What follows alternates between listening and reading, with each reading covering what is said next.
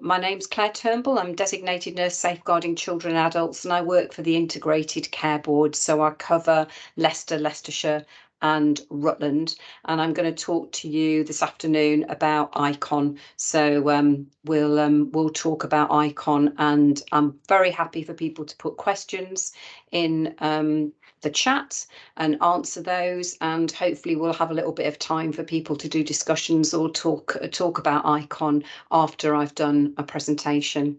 So I'm going to talk about what we've done in the last year with ICON. I've been working at ICON with a lovely steering group that have been very supportive since towards the end of 2020. And also I'm going to be talking to you about what we've got planned going into 2024. Thanks. Okay, so I'm going to start off by talking about the audit. So I'm hoping that most people know what CRY is. But anyway, as I say, we started in 2020 across Leicester, Leicestershire and Rutland, and there was an agreement to support ICON. So it's an evidence-based intervention, and the idea is to talk to parents and carers and the wider family and people who look after babies about the dangers of shaking babies. People might be familiar historically with shaken baby syndrome, but now we talk about it as abusive head trauma, or AHT. And what we're trying to do is reduce the incidence of abusive head trauma, and that is often triggered by a baby crying. So we're very much focusing on a particular age of young babies where their heads are very heavy in comparison to their body, and also moving their head, shaking a baby and its head moving backwards and forwards can cause very severe brain injuries, lifelong injuries, or death. And this initiative was supported by both of the boards, the Safeguarding Children Partnership of Leicester, Leicestershire and Rutland, and it's also a business priority. It has been in the past, and now it continues to be a business priority up to 2025, safeguarding babies. So it's not going to pass anybody by that COVID-19 happened, and probably why we're all of us online this afternoon. And so there was a delay. There was an awful lot of pressure on health services and care services and children's social care, etc. And therefore embedding training was quite difficult when we first started. And so we didn't evaluate or do an audit until a bit later on. So we've started looking at data for 2022-23 and looking at how the messages from ICON were being embedded by different services and how resources have been distributed across Leicester, Leicestershire and Rutland. Thanks, Liz. So ICON in itself is delivered by health staff, as people probably know, but that's not to say it isn't a multi-agency message, because it absolutely is a multi-agency message, and I'll talk a little bit more about that as I go through the presentation. And what we've decided to do across Leicester, Leicestershire and Rutland is actually do 6 touch points. There are 5 touch points in terms of recommendations from national ICON, but we do 6. And the reason we do 6 is we are, sort of landlocked, if you like. And so we've got all of these different areas around us, and various parents live on the borders of different counties. So we do have a number of women that will deliver into different counties: Northamptonshire, Derbyshire, Lincolnshire, Nottinghamshire, Cambridgeshire actually as well. And therefore what we decided to do, because not all of those other areas also use ICON, they don't currently use it in most of the other areas, they do use it in Lincolnshire, is to actually do an ICON touch point antenatally. So that's at 34 weeks, and it's by the community midwife, because clearly if that lady is going to be giving birth in another area, she won't be getting the ICON messages, but hopefully she will then pick up and have the ICON messages when she comes back home and is discharged by a community midwife. So that first antenatal at 34 weeks is delivered by the community midwife in the community. It could be at a clinic appointment, but it's done at 34 weeks. And also that potentially could capture some women that might have their babies early as well. And then in the hospital, most women are having their babies in hospital. Obviously, some women have home deliveries, but also with shortages of midwifery staff, that hasn't always been possible. So that second touch point is happening before that mother leaves hospital. And also it's an opportunity, hopefully, to be able to see the father as well. Because people are discharged, if anybody's had a baby recently or a relative that's had a baby, they're discharging people pretty early. So quite often there's a partner there, or there may be whoever is supporting that person as well. Then at 10 days, that's the usual time that a midwife would discharge a woman and a baby if they're doing fine. Occasionally, where there are safeguarding issues or health issues, the midwife will keep on a lady, but it's usually up to 28 days is the absolute maximum. So we're talking up to 10 days, really. And the health visitor or public health nurse would do an icon update, and that would be around the 10 to 14 days. So as the midwife discharges the lady and the baby, then the health visitor comes in to do the public health work, so around 10 to 14 days. And then there's a reminder. At the moment, it just goes to the mother and to her mobile phone, and that's done at 3 weeks by text from Leicestershire Partnership Trust, just to reassure people in the very tragic event that a baby may have died in that first 3 weeks. There is an absolute assurance from LPT that it is checked that that baby is still well and at home and healthy before that text is sent. And so that 3-week text does go out to the mother. But in the event, which is very unusual, thankfully, that a baby has passed away, then that text would not go out to that mother. At the moment, it does not go out to the father or the partner. It just goes to the mother. And then when the general practitioner does the postnatal 6 to 8 week check, they do a postnatal check for the woman and they do a postnatal check for the baby. They mention icon at the postnatal check. Thank you. So what we have done in Leicestershire and Rutland is actually do a touch point video explaining exactly what I've said. And the idea with this is that ultimately we will share this at antenatal clinics. And we thought we'd show you the touch point video so that you can see how that is actually delivered, and it could be used in training or learning more widely. You're very welcome to access that.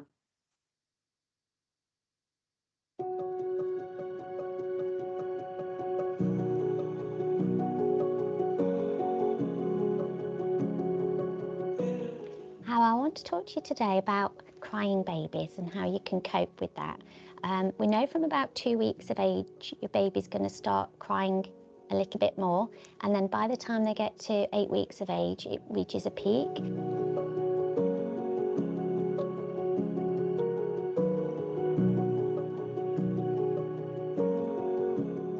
Sophie, do you remember when you were 34 weeks pregnant, your community midwife gave you a leaflet about babies crying? It was called Icon. Yeah. Well, it's also mentioned here in your red book. It's very normal and natural for babies to cry, and it can be very challenging for parents. If it's safe to just put your baby down, go and have a drink, go and get some fresh air, that's absolutely fine. Like I say, there's lots of coping mechanisms here. Just don't shake or harm your baby, okay?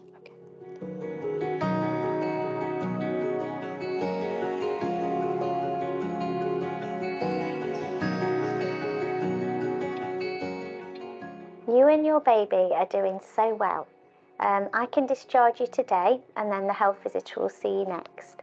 Don't forget you've got your icon leaflet. On the back there's a QR code that will take you to a really good website with some really helpful information about how to calm your baby.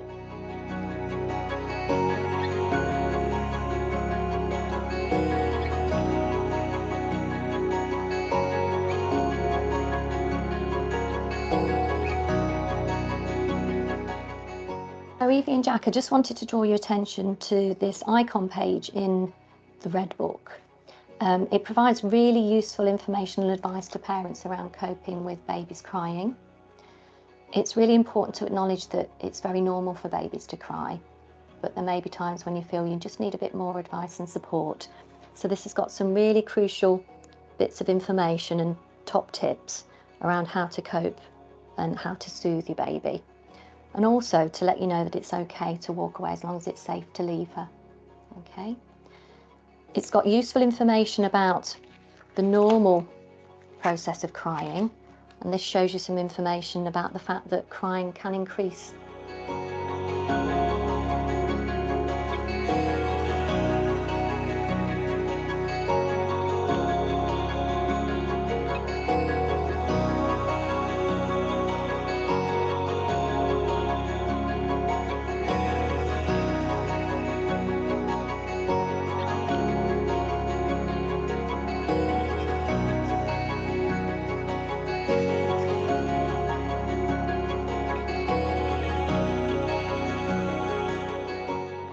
I'm Dr. Amit Rastogi, and I'm a GP working in Leicester City.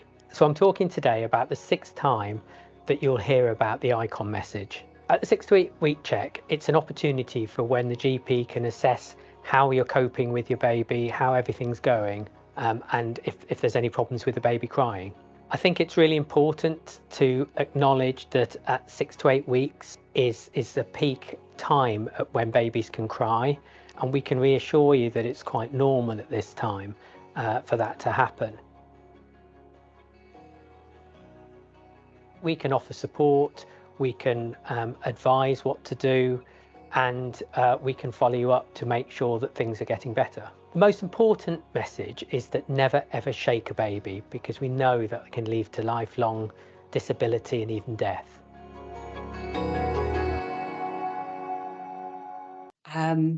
Did anybody notice the deliberate error in that video? Okay. So you've seen all the different touch points, and it would have been the 3rd touch point where the midwife was discharging the mother. We were unable to get a baby, and so we had to use a doll, which you probably noticed, and the doll had a hat on. And the unfortunate mistake there is that a baby should not be wearing a hat indoors, that overheating is a risk in sudden infant death, and therefore that hat should not have been on that baby's head, even if it looked more like a doll than a baby, by not having the hat on. And we're going to be refilming that part. The actual video is now nationally available on the ICON national website, and nobody had noticed that. So we've always got to put our hands up and say, unfortunately, that was a mistake. But it's just letting you know, we are having that refilmed, and we're going to try and get a baby, preferably a premature baby, actually in the film there. But you can still use the video, and I would encourage you to use that as a training video, but do please point out that babies should not be indoors with a hat on. I mean, they do put hats on tiny babies and premature babies, newborn babies, but that was demonstrating a 10-day-old baby, and that hat should not have been on that baby. So I'm just letting you know that. I don't know whether anyone's got any other questions or comments about the Touchpoint video. Okay, so next slide, please, Liz. So I mentioned that actually it was a little bit of a slow start to embedding ICON, although it's hopefully well embedded now. But I just thought I'd talk about the range of people that are delivering ICON.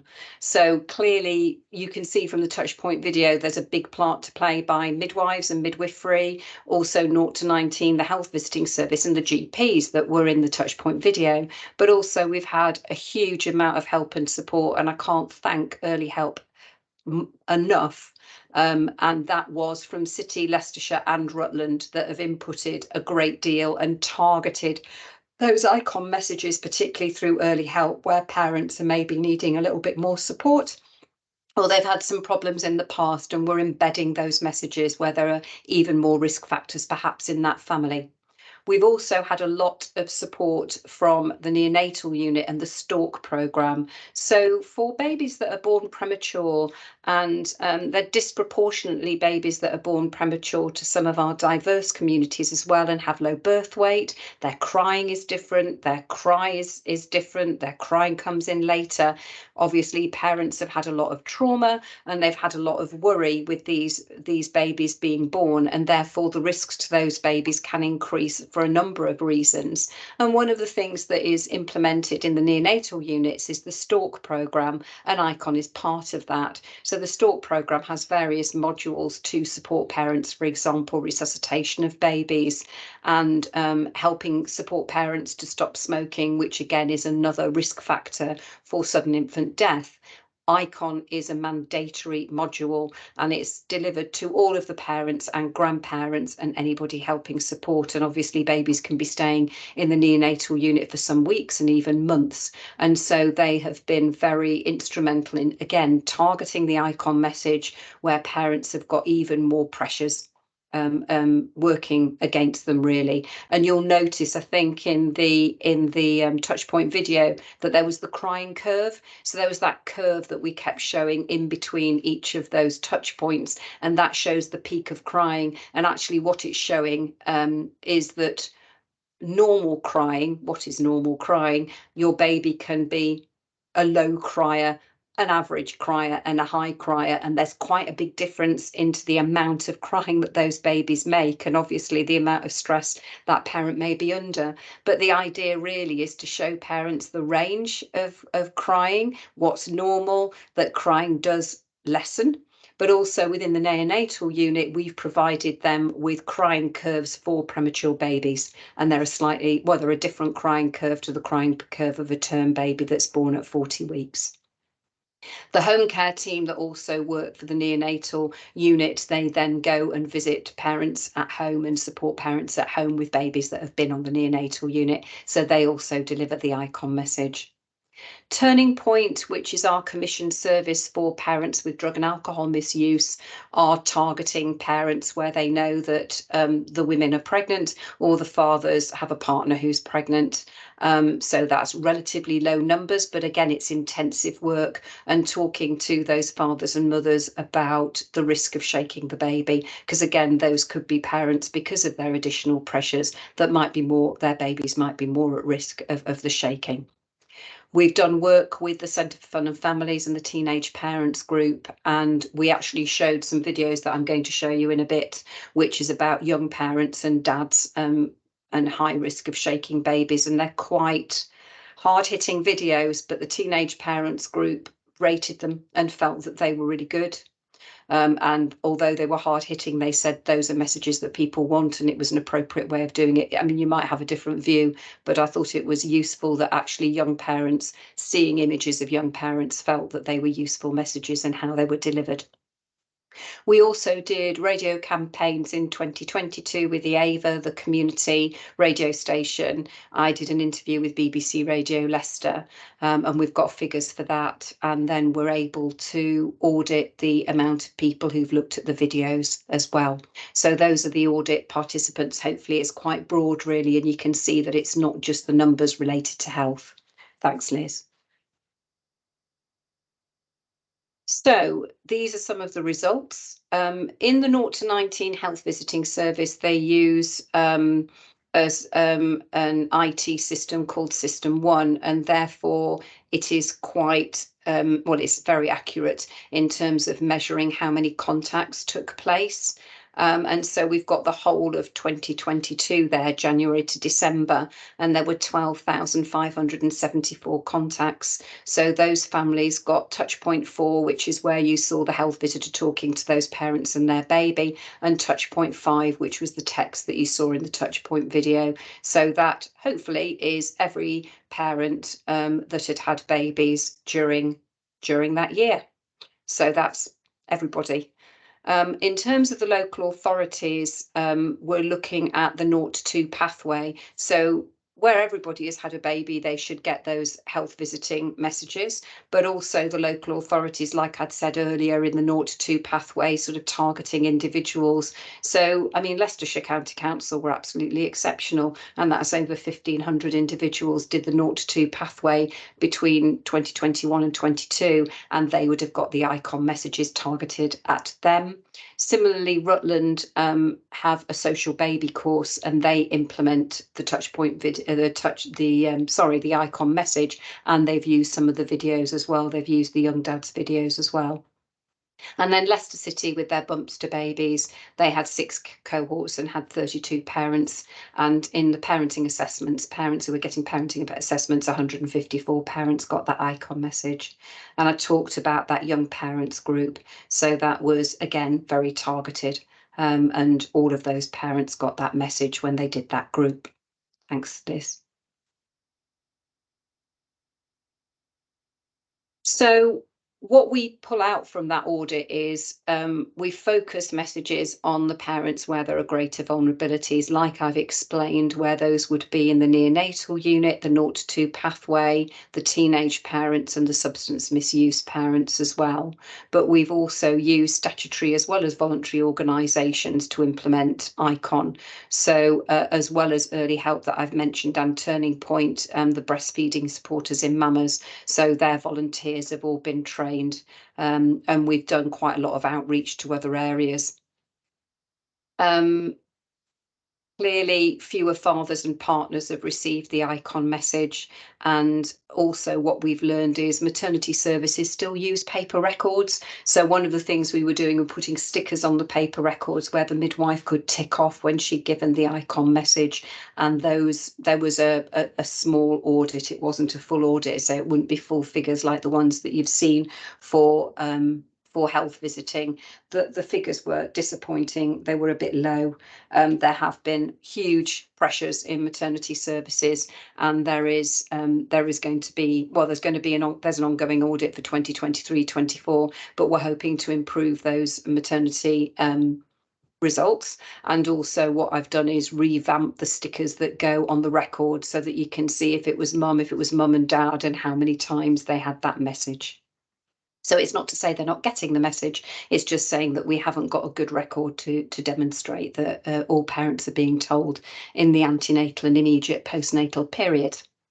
And the GP practices, most of them use system 1. There is another system that is used, and in the minority of cases, all the GPs in the city, I believe, use system 1. What needs to happen with the ICON message is it needs to be linked to a particular, I'm going to lose the word now, but sort of a code, a numbered code, so that we could pull off that information, and we've not been able to do that yet. There's a national issue with that, and I'm a member of the National ICON board, and that has just started to be being ironed out. So hopefully in 2023-24 we should be able to get some GP data. And also we need some consistency about when the GPs record it. Do they record it on the mother's notes, or do they record it on the baby's notes, so that we're clear that the ICON message has been given to the mother for the baby, if you see what I mean, especially if we were looking back at a case to make sure that those messages have been given out. Thanks, Liz. So this is just a summary of the radio campaign. So we also did a radio campaign around the time of ICON Week, which is always the end of September. So in 2022, we actually paid for some spots on the radio, some adverts about ICON, and we're actually doing that again now, but we're doing it with a different campaign. It's a song actually, but I'll talk about that in a minute. And Gem Radio reached over 250,000, nearly 300,000 adults. And we got some bonus adverts as well. And then the radio that covers Stamford and Rutland, so that's over the border as well, that was 13,000 adults. And as we ended ICON Week in September, it went into October as well. So almost 300,000 adults across those 2 radio stations. The East African Voice Association Radio also promoted ICON in September and October with the messages, and they were translated into Urdu, Somali and Hindi. And then I was interviewed, and my questions and answers were also translated into Urdu, Somalian and Hindi. And I actually did go and see the Somalian women's group as well, and talk to quite a lot of grandparents there. And then I was interviewed by Radio Leicester about ICON. And again, that's a very good reach as well. Thanks, Liz.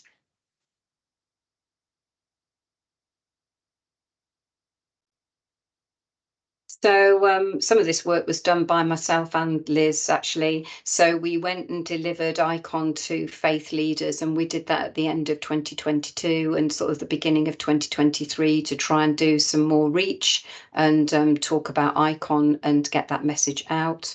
We also delivered to the school DSLs, so the designated safeguarding leads. There is some work being done to include messages around Icon to school children. I believe it's in year 10, so it's sort of appropriate messages. And also there's a video that is available, and it's actually available on the board website, which is a story of a child who was born here in Leicester and was actually shaken in Leicester, and he died unfortunately at the age of 14. But that whole story is all about his life and how being shaken, obviously he didn't die immediately, but it was influential in the fact that he died and his disabilities. So that is also being promoted in schools. We're not doing it yet in Leicester, Leicestershire and Rutland.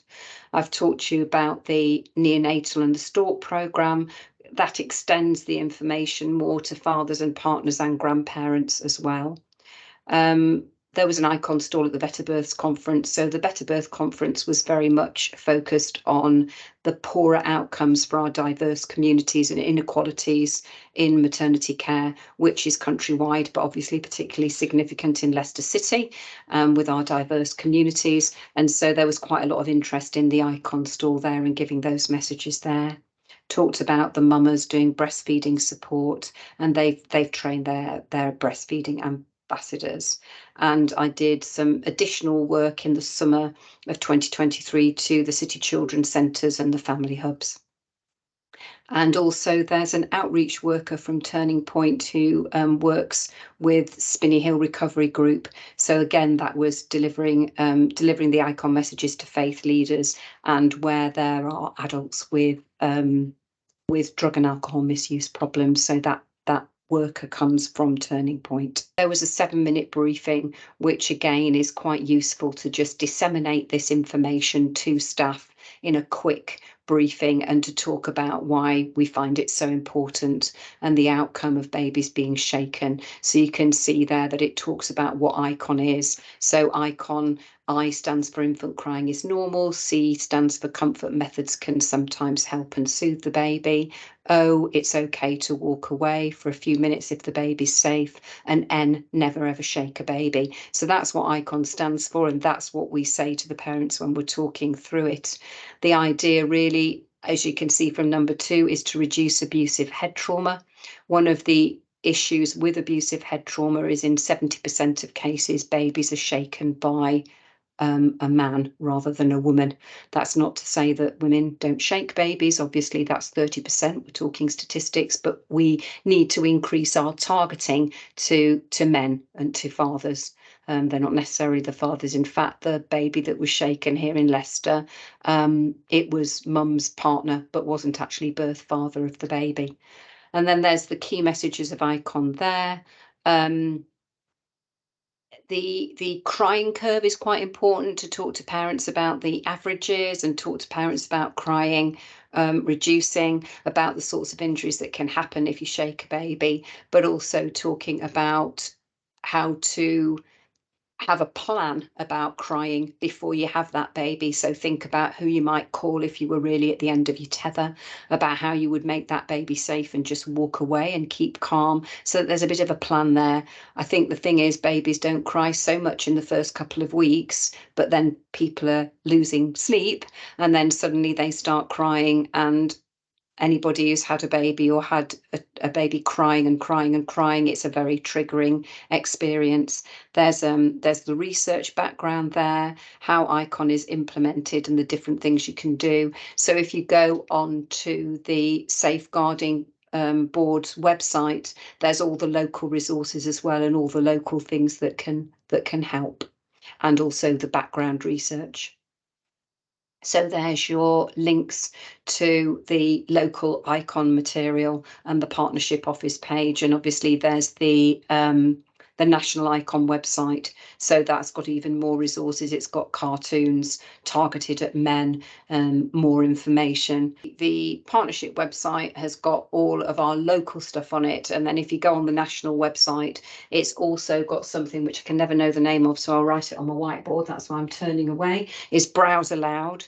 And I think that's been changed to something else. There is the ability to change all the resources to a massive range of languages. Now, it doesn't mean that it will print them out in those languages, but if you were using an iPad or you were using a smartphone or you were using a laptop, you'd be able to go onto the national Icon website and you'd be able to look at the materials with a parent or carer, and you'd be able to curse over and do that in different languages, and also it'll speak the language as well. I've had a demonstration of it. I haven't actually used it myself, but it's a useful resource to enable you to use those materials with a range of parents.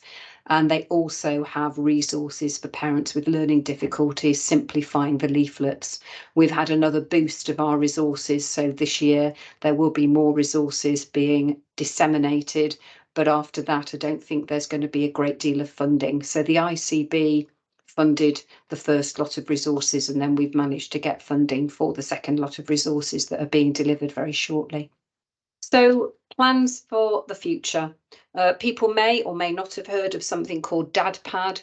So it is something that dads can, that is specifically designed for dads, and it's an app, and it has been paid for by LLR Perinatal Mental Health Services, and we want the local Icon material to be on there. There's been some delays in DadPad being able to be disseminated to fathers where they have a partner with significant mental health issues using the Perinatal Mental Health Service. So what we're hoping to do is ensure that, as well as the national Icon information, that there's the local Icon information on the DadPad, and that we can work with dads more effectively. The Icon radio campaign that is happening as we speak. Well, actually, sorry, I think it may have finished now. We're in November, but it was during October. So National Icon managed to get a lullaby, Hush Little Baby, Don't You Cry, that song really, and they got the rights to that, and it's a radio campaign. So either it's a mother singing Hush Little Baby, Don't You Cry, and then it talks about Icon, or it's a dad singing it. They both sound a bit tired, and they both sound a bit worn out, and it's using a digital campaign to actually target the radios of men or of women, depending on, it's all to do with smart digital radio, so they can actually target men and target women. So our decision, because of the 70-30, that 70% of men shape babies, 30% of women, was to actually do the radio campaign and target it more at men digitally than women. So it was 70-30, the same as the research evidence.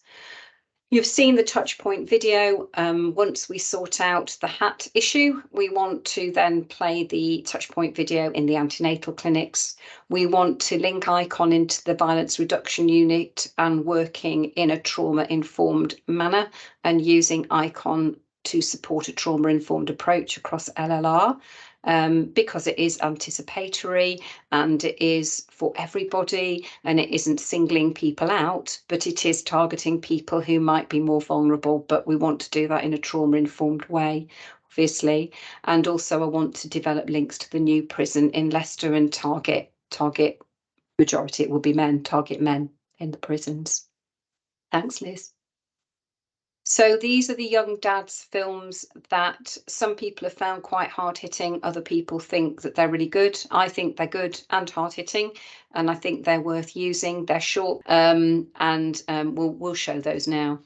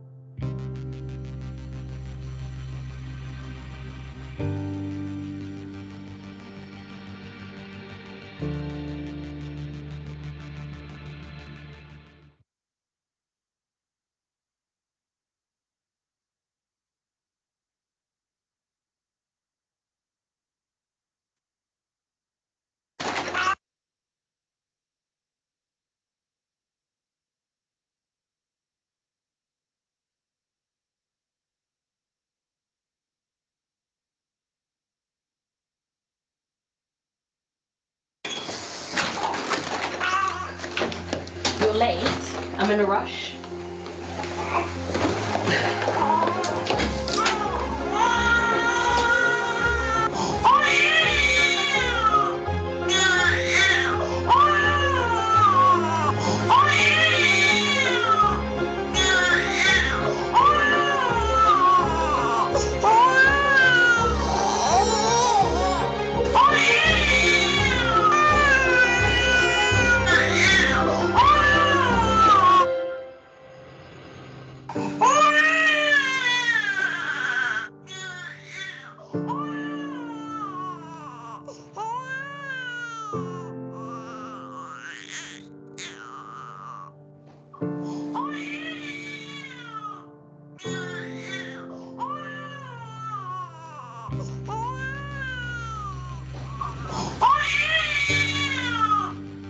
I mean, some people found it really quite difficult to watch watch the men hold the babies above their heads and things. So in order to try to target dads even more, we have had problems getting into sports venues and things, and I don't want to stereotype men, but we're trying to get into places where more men would be, and that we'd be able to give the messages.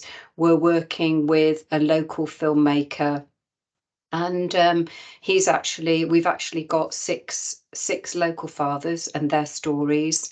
There's a range of stories there. We've got dads from different diverse groups, and we've got dads who have got some neurodiversity. The idea is that those fathers are to tell their stories about how they found fatherhood and how they managed with crying in particular, but also, rather than put them in the spotlight with their own names and it is their story, but actually we're getting actors that reflect those men and their particular circumstances to actually speak to that story, so that those fathers are not actually identified, because obviously being identified with some of the negative feelings about parenthood and some of the struggles and difficulties, that was the preference of those people. So we're finding actors to do that. I think we've got two or three of the stories already formulated, and an expectation that filming is going to be taking place very shortly, and then we'll actually have sort of 6 short films that we'd be able to use, and they're going to be done in different venues across Leicester City, and then the hope is that we'll be able to then show those to more fathers as well, and obviously we'll share those across LLR.